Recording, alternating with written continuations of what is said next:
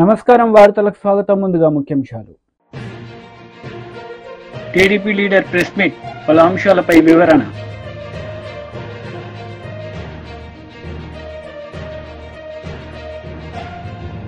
BJP leader press meet, పలు అంశాలపై వివరణ. టీడీపీ లీడర్ మీడియా సమావేశం నిర్వహించారు. ఈ సందర్భంగా పలు అంశాలపై ఆయన మాట్లాడారు. రాష్ట్రంలో అన్నా క్యాంటీన్స్ ఆగస్ట్ 15న స్టార్ట్ చేస్తున్నాం. గత 2014-19 అప్పుడు ఈ అన్నా క్యాంటీన్స్ని పేదల నిరుపేదల కోసం ప్రతి పేదవాడు కేవలం 5 రూపాయలతో చక్కటి భోజనం, ఆరోగ్యకరమైన భోజనం, మంచి ప్లేసులు అంటే తినే ప్లేస్ కూడా హైజీనిక్ గాను, తర్వాత చాలా ఆహ్లాదకరంగా ఉండాలని ఆ రోజు సీఎం గారు ఆదేశించడం, దానికి తగ్గట్టుగానే రాష్ట్రంలో 203 అన్నా క్యాంటీన్స్ యాక్చువల్గా ప్రారంభించడం జరిగింది. వాటిల్లో అంటే 203లో 183 యాక్చువల్గా వర్కింగ్కి వచ్చినాయి. దాదాపు ప్రతిరోజు 2,25,000 మంది భోంచేస్తున్నారు. 2,25,000 మంది. అటువంటి అన్నా క్యాంటీన్స్ని గత ప్రభుత్వం పూర్తిగా మూసేసింది. వాళ్ళు చేయదలుచుకుంటే రూపాయికి ఇచ్చుండొచ్చు, అంటే మేము 5 రూపాయలకి ఇస్తే రూపాయి కూడా ఇచ్చుండొచ్చు. కానీ ఒక కక్ష సాధింపుతో ఆ ప్రభుత్వం చేసింది. అయితే మళ్ళీ అన్నా క్యాంటీన్స్ని ఓపెన్ చేస్తామని సీఎం గారు చెప్పడం, దాని మీద యాక్చువల్గా క్యాబినెట్లో కూడా మొన్న డిసైడ్ చేశారు. ఈ అన్నా క్యాంటీన్స్ సంబంధించి ఈ మున్సిపల్ శాఖ ఆల్రెడీ టెండర్లు, అంటే ఈ అన్నా క్యాంటీన్స్లో కొన్ని అన్నా క్యాంటీన్స్లో సెక్రటరియట్లు పెట్టారు, కొన్ని అన్నా క్యాంటీన్స్ని గోడౌన్గా పెట్టుకున్నారు, కొన్ని అన్నా క్యాంటీన్స్ని బ్లీచింగ్ పౌడర్ వేసుకోవటానికి పెట్టుకున్నారు. ఇట్లా రకరకాలుగా అన్నా క్యాంటీన్స్ మొత్తాన్ని నిర్వహణ చేశారు. దాంట్లో ఉన్న ఆ డైనింగ్ టేబుల్స్ అన్ని తీసేశారు. కొన్ని దగ్గర ఆ డైనింగ్ టేబుల్స్ తీసి మిద్ది పైన వేస్తున్నారు. నేను ఈ మధ్య కొన్ని దగ్గర విజిట్ చేస్తే వాటికంతా కొన్ని మరామతులు చేయాల్సింది. దానికి టెండర్లు ఇచ్చాము. కొన్నిట్లో వర్క్ స్టార్ట్ అయింది, కొన్నిట్లో వర్క్ జరగబోతూ ఉంది. బహుశా ఈ వర్క్ అంతా నెక్స్ట్ మంత్ ఆగస్టు 10కి పూర్తి అయ్యేటట్టుగా ఆదేశం ఇచ్చాం.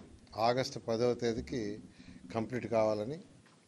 అదే గత 2014-19లో అక్షయ్ పాత్ర వాళ్ళు యాక్చువల్గా ఈ టెండర్ దక్కించుకొని వాళ్ళు ఫుడ్ పెట్టారు. చాలా చక్కటి ఫుడ్ పెట్టారు.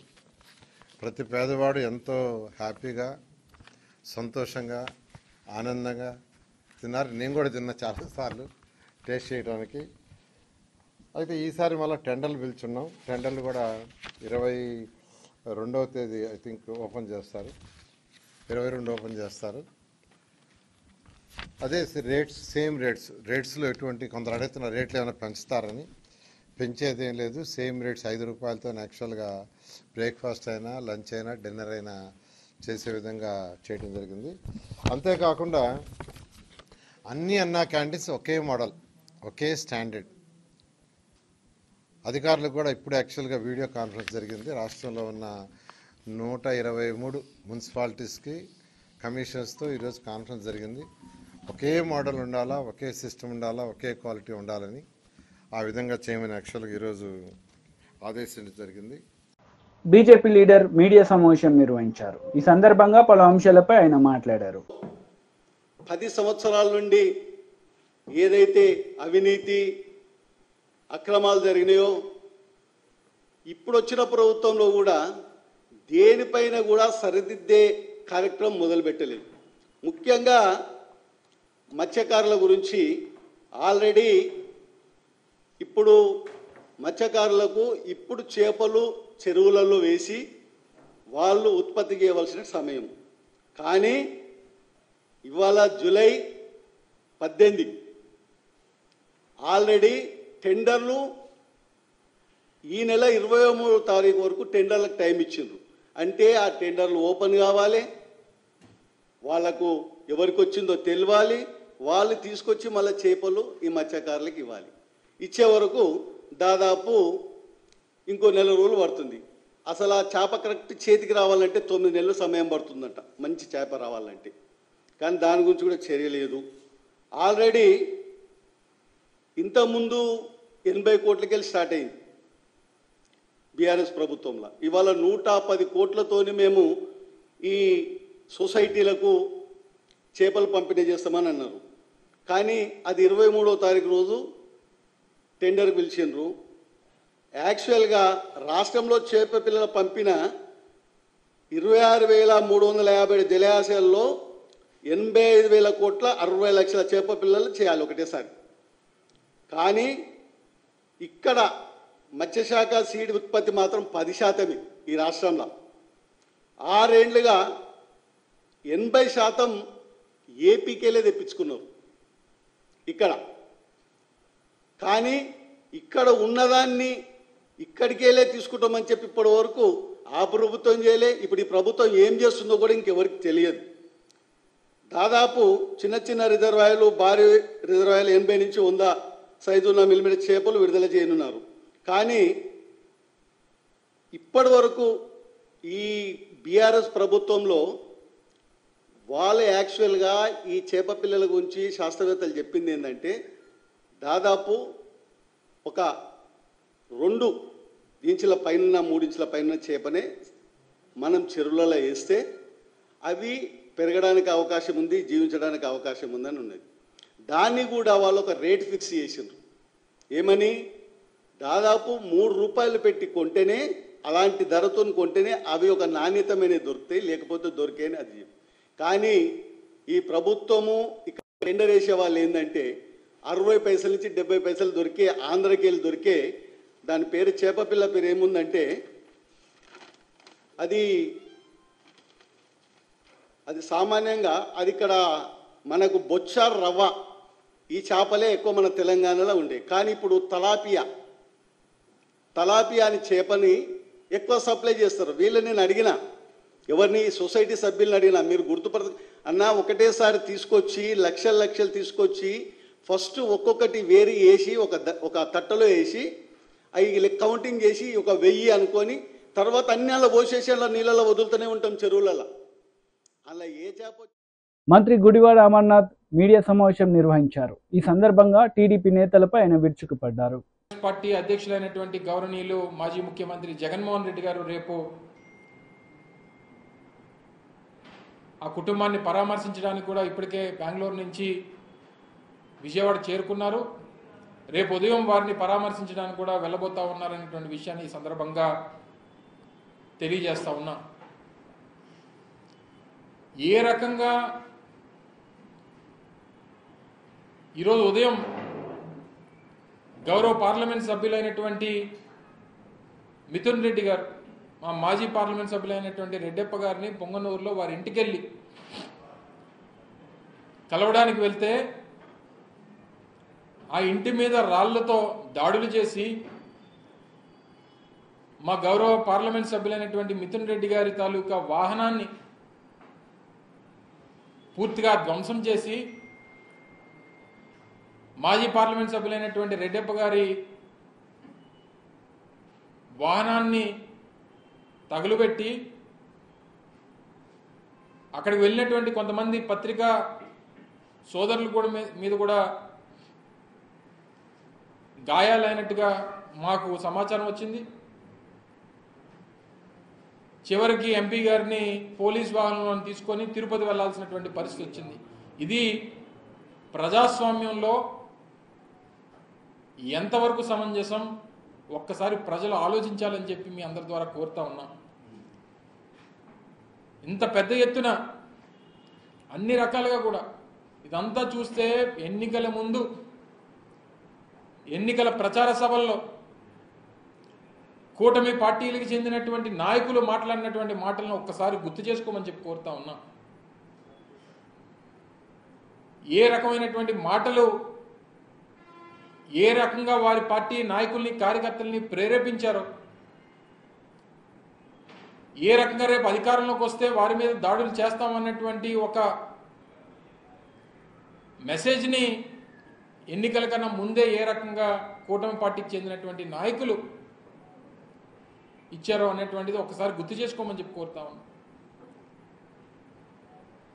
గడిచినటువంటి 45 రోజులుగా ఆంధ్రప్రదేశ్ రాష్ట్రంలో భారత రాజ్యాంగాన్ని పాటించట్లేదు.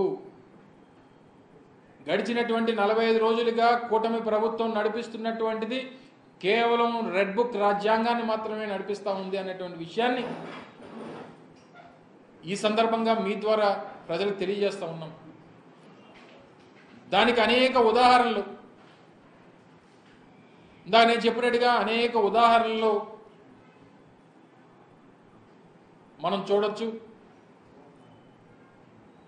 పూర్తిగా శాంతి భద్రతలు అనేటువంటివి లేకుండా పోయే, దాన్ని కంట్రోల్ చేసేటువంటి పరిస్థితుల్లో ముఖ్యమంత్రి గారు లేరు, మిగిలినటువంటి వారి మంత్రివర్గం లేదు, వారికి సంబంధించినటువంటి వారితో పాటు ఉన్నటువంటి కూటమిలో ఉన్నటువంటి మిగిలినటువంటి రాజకీయ పార్టీకి చెందినటువంటి నాయకులు లేరు. అన్ని రకాలుగా కూడా రాష్ట్రంలో ఉన్నటువంటి వైఎస్ఆర్ కాంగ్రెస్ పార్టీ నాయకత్వాన్ని, వైఎస్ఆర్ కాంగ్రెస్ పార్టీ నాయకత్వం దగ్గర నుంచి కింద స్థాయి కార్యకర్త వరకు ఏ రకంగా బెదిరించాలి, భయపెట్టాలి, ప్రాణాలు తీయాలి, నేరుగా ముఖ్యమంత్రి స్థానంలో ఉన్నటువంటి చంద్రబాబు నాయుడు గారు కూడా ఈ మధ్యకాలంలో అనేక మార్లు పూర్తిగా నాయకత్వాన్ని, నాయకుడిని భూస్థాపితం చేస్తామన్నటువంటి మాటలు అనేక సందర్భాల్లో ఈ మధ్యకాలంలో చెప్తున్నటువంటి విషయాన్ని కూడా మనం చూస్తూ ఉన్నాం.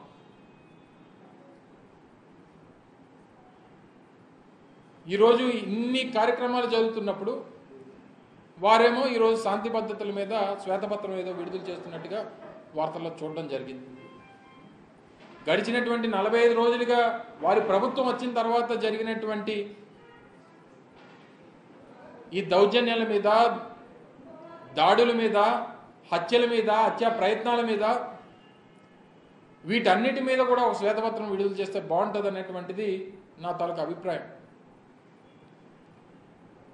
ఇంకా 45 రోజులు అయిపోయినా ఇంక ఏ సందర్భం వచ్చినా ఇంకా వైఎస్ఆర్ కాంగ్రెస్ పార్టీని నిందించడం, చివరికి ఏ స్థాయి దిగజారిపోయారంటే నిన్న జరిగినటువంటి హత్య కూడా వైఎస్ఆర్ కాంగ్రెస్ పార్టీ నాయకుల మధ్యలోనే జరిగింది అనేటువంటి విషయాన్ని వారి ప్రచార సంస్థల ద్వారానో వారి సోషల్ మీడియా ద్వారానో చెప్పేటువంటి ప్రయత్నం చేస్తారు. బీఆర్ఎస్ లీడర్ మీడియా సమావేశం నిర్వహించారు. ఈ సందర్భంగా పలు అంశాలపై ఆయన మాట్లాడారు. ఇవాళ ఎన్నికల ముందు కాంగ్రెస్ పార్టీ అనేక సభల్లో రాహుల్ గాంధీ చేస్తా ఉన్న 2 లక్షలు ఇయ్యలే, రేవంత్ ఆంక్షలు విధించారు, వాళ్ళ నాయక నిబంధనలు విధించారు, 20% మాత్రమే చేస్తాము, కేసీఆర్ ఘోరంగా చేసి 200 మళ్ళా తీసుకోండి, రుణం చేసింది అత్యంత తక్కువ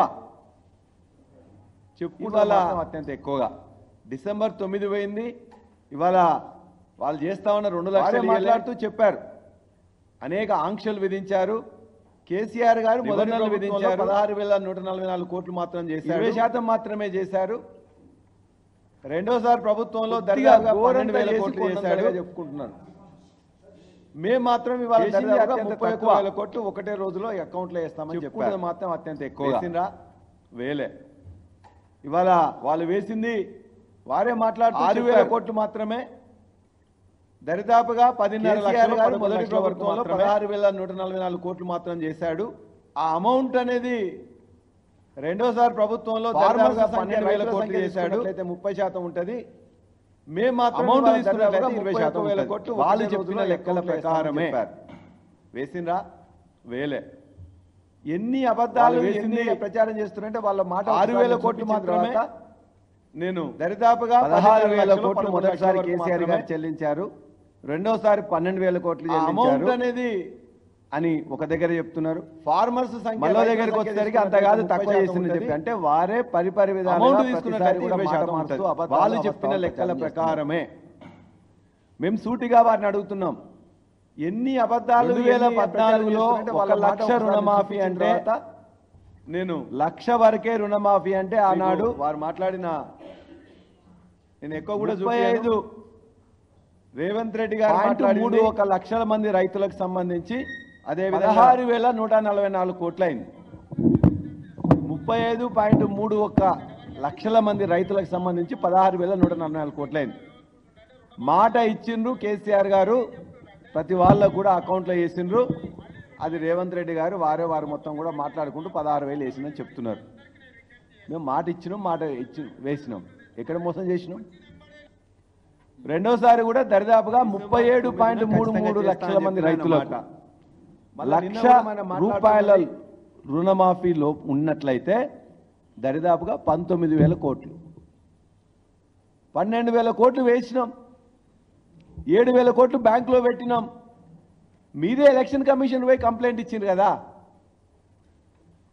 ఇవాళ రుణమాఫీ చేస్తున్నారు. కేసీఆర్ గారు ప్రభుత్వాన్ని రుణమాఫీ చేయకుండా ఆపండి అని చెప్పేసి ఎలక్షన్ కమిషన్కి చెప్పిండ్రు. ఎలక్షన్ వచ్చిన తర్వాత, ఎలక్షన్ అయిపోయిన తర్వాత ఆ నిధులన్నీ కూడా మీ మంత్రులు, మీ యొక్క కాంట్రాక్టర్లు తీసుకున్నది వాస్తవం కాదు మీకే తెలుసు. రైతు బంధుకి వేసిన నిధులు తీసుకున్నారు, రుణమాఫీకి వేసిన నిధులు తీసుకున్నారు. మేము మాట తప్పలే.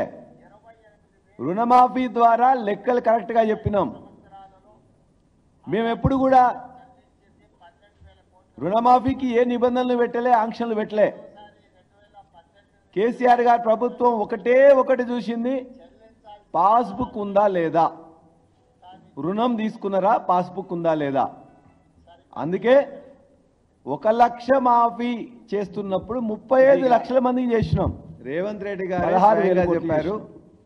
రెండోసారి 37 లక్షలు ఐడెంటిఫై చేశారు. కేసీఆర్ గారు 19,000 కోట్లు, 12,000 కోట్లు వేసినాం అని ఒక దగ్గర చెప్తున్నారేంటి. మళ్ళీ దగ్గరికి వచ్చేసరికి అంతగానో తక్కువ చేసింది. వారే పరిపరి విధాలుగా కూడా మాట మారుస్తూ అబద్ధాలు ప్రచారం 6,000 కోట్లు అని చెప్తున్నారు. ఎందుకు అడుగుతున్నాం, ఎట్లా తగ్గింది? 2014లో రుణమాఫీ అంటే 16,000 కోట్లుంటే, 1,18,000 అంటే ఆనాడు 19,000 కోట్లుంటే, 35 రైతులు 35 లక్షల మంది రైతులకు సంబంధించి ఇవాళ ఎందుకు 16,144 కోట్లు అయింది? మీ నిబంధనలు కాదా? 35.3 నిబంధనల వల్ల మీ ఆంక్షల వల్ల రైతులకు సంబంధించి రేషన్ కార్డు ఉన్న వాళ్ళని మీరు లెక్క తీసుకోలే. మాట ఇచ్చిండ్రు కేసీఆర్ గారు, లేని వాళ్ళని లెక్క తీసుకోలే, అకౌంట్ లో వేసిండ్రు. ఆధార్ కార్డు లేని వాళ్ళని లెక్క తీసుకోలే. మొత్తం కూడా మాట్లాడుకుంటూ ప్రభుత్వ ఉద్యోగస్తులను లెక్క తీసుకోలే. మేము మాట ఇచ్చినాం. ఐటీ పే చేస్తున్న వాళ్ళని లెక్క.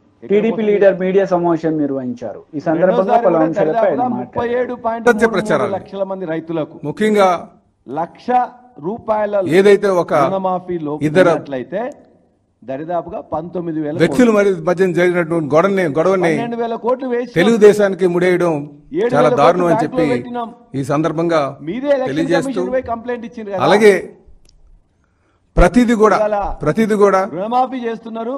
వ్యక్తిగత కక్షల్లో హత్య జరిగితే రాష్ట్రపతి పాలన కావాలని చెప్పడం, ఎలక్షన్ కమిషన్ కి చెప్పిండ్రు. లేకపోతే ఎలక్షన్ కూటమి ప్రభుత్వం విషయం చల్లడం. ఇదే కాకుండా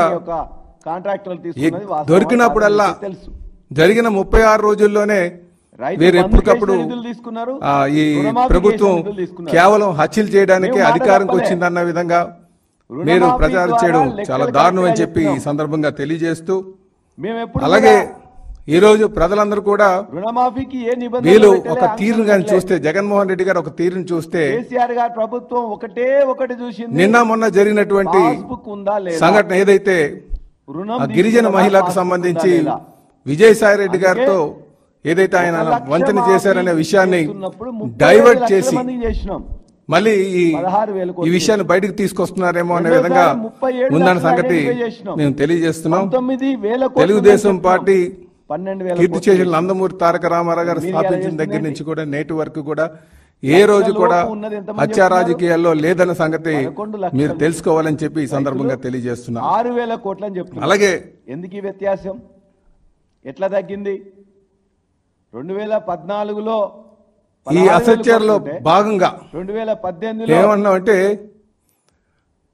19,000 కోట్లుంటే తెలుగుదేశం పార్టీ అధికారంకి వచ్చిన తర్వాత రైతులు ఆనాడు అప్పుడు కూడా వీళ్ళు ఏ విధంగా వైసీపీ నాయకులు కావచ్చు, లేకపోతే జగన్మోహన్ రెడ్డి గారు కావచ్చు, మీ నిబంధనల వల్ల, మీ ఆంక్షల వల్ల టీడీడీలో ఏదైతే టీడీడీలో ఉన్నటువంటి వాటాన్ని తెలంగాణకి ఇచ్చేశారని చెప్పి చెప్పడం. లెక్క తీసుకోలే. అదే కాకుండా ఆధార్ కార్డు లేని వాళ్ళని లెక్కకు తీసుకోలే, సుమారు 15 మంది కమ్మ వాళ్ళకు లెక్కకు తీసుకోలే, మంత్రి పదవులు ఇచ్చారని చెప్పడం, పే చేస్తున్న వాళ్ళని లెక్క, అదే కాకుండా తెలుగు మీడియం ఇవన్నీ లెక్కలు ఇంగ్లీష్ మీడియం తీసి తెలుగు మీడియం పెట్టారని చెప్పడం, అంటే ఏదో విధంగా తెలుగుదేశం పార్టీ మీద అసత్యాలు అబద్ధాలు చెప్పి ఒక ఫేక్ పర్సన్ గా జగన్మోహన్ రెడ్డి గారు నడుస్తున్నటువంటి తీరు మీరు గమనించాలని చెప్పి ఈ సందర్భంగా తెలియజేస్తున్నాం.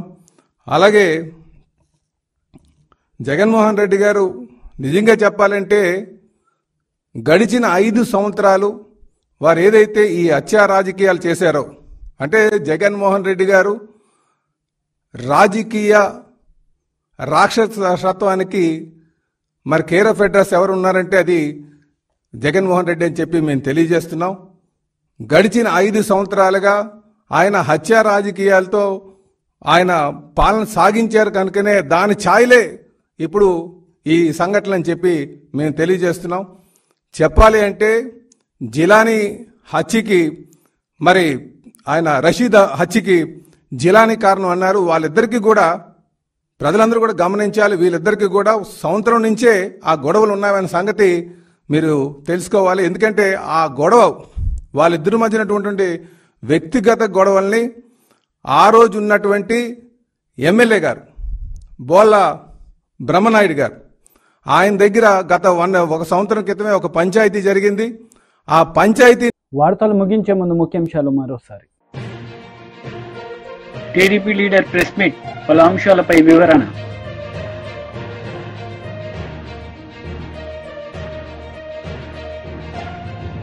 బీజేపీ లీడర్ ప్రెస్ మీట్, పలు అంశాలపై వివరణ. ఈ వార్తలు ఇంతటితో సమాప్తం. తిరిగి ప్రసారమయ్యే వార్తల్లో మళ్ళీ కలుద్దాం. అంతవరకు సెలవు. నమస్తే.